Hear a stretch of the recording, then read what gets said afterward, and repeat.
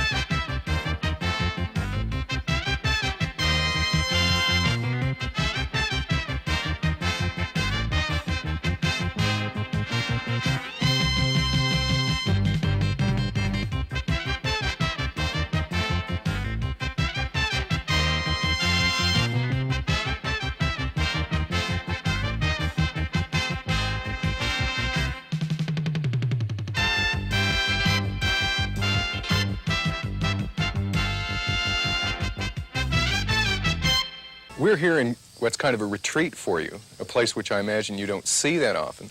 Do you have any idea how big a star you are in your hometown? No. Do you know that when you appear on screen in stripes, I've been told that people cheer? They say, "There's John Candy, our hero." That's nice to hear. Is any of that sinking in, or is it just weird? It's very weird, you know. It's hard to relate to. Yeah, I still have to change the kitty litter every night, every 3 days. A week, okay, once a week I change the kitty litter. No, it's hard. This is the house, you know. This is my home. I feel comfortable here. I like New York, but New York drives me crazy. It's just so, especially I go crazy there. I like it. You know, it's too much of a good thing.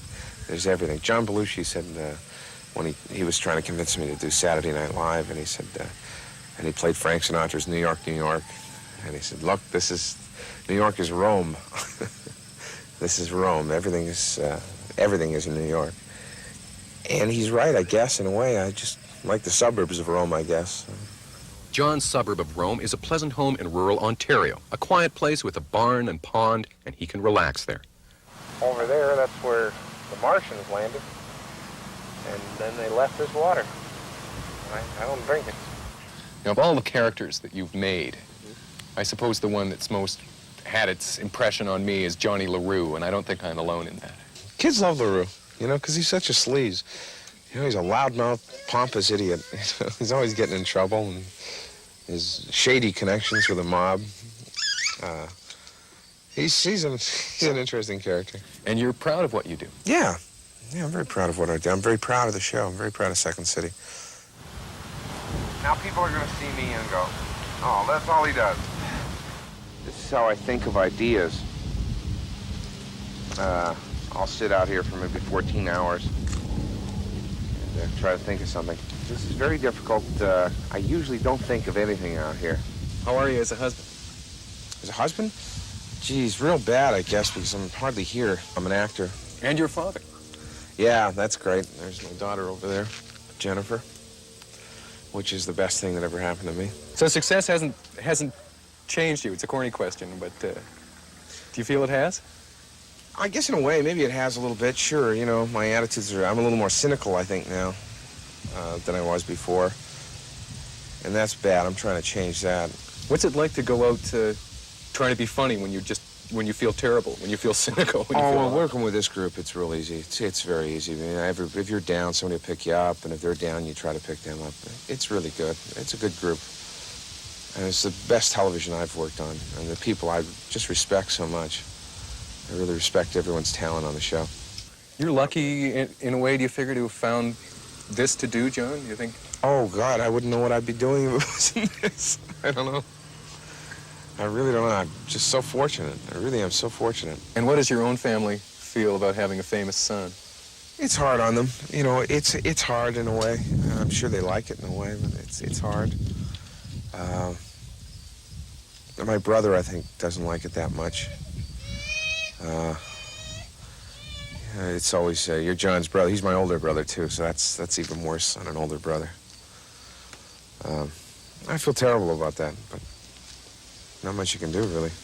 Walking with John through his property, the pressures of being a television and movie star seem far removed.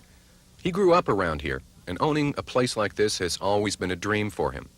The time that John Candy gets to spend here is precious. He's on the road at least 5 months of the year. Here, he spends that valuable time with his wife Rose and his daughter Jennifer. He has the time to enjoy the fruits of his success, and sometimes he reflects on what it was that got him where he is now. Second City really did it for me, you know. I was working in Toronto doing commercials, underground theater, and good underground theater. I was in a production of Creeps. Second City just, I really grew up when I went there in a lot of ways. I learned what life was like. It was my first time away from home, really, and away from the city, from the womb. And it was Chicago, you know. Bars were open till 5 in the morning. It was good times. I was meeting all sorts of interesting people. And I was learning my craft, which I never understood at that point. I'm just now understanding what I was learning then. A lot of temptations down there, too. Oh, sure there was. And I exploited all of them. It was fun. It was great. I had a great time. I really learned a lot. So success hasn't spoiled John Candy? Well, if this is spoiled, yeah, I guess I am.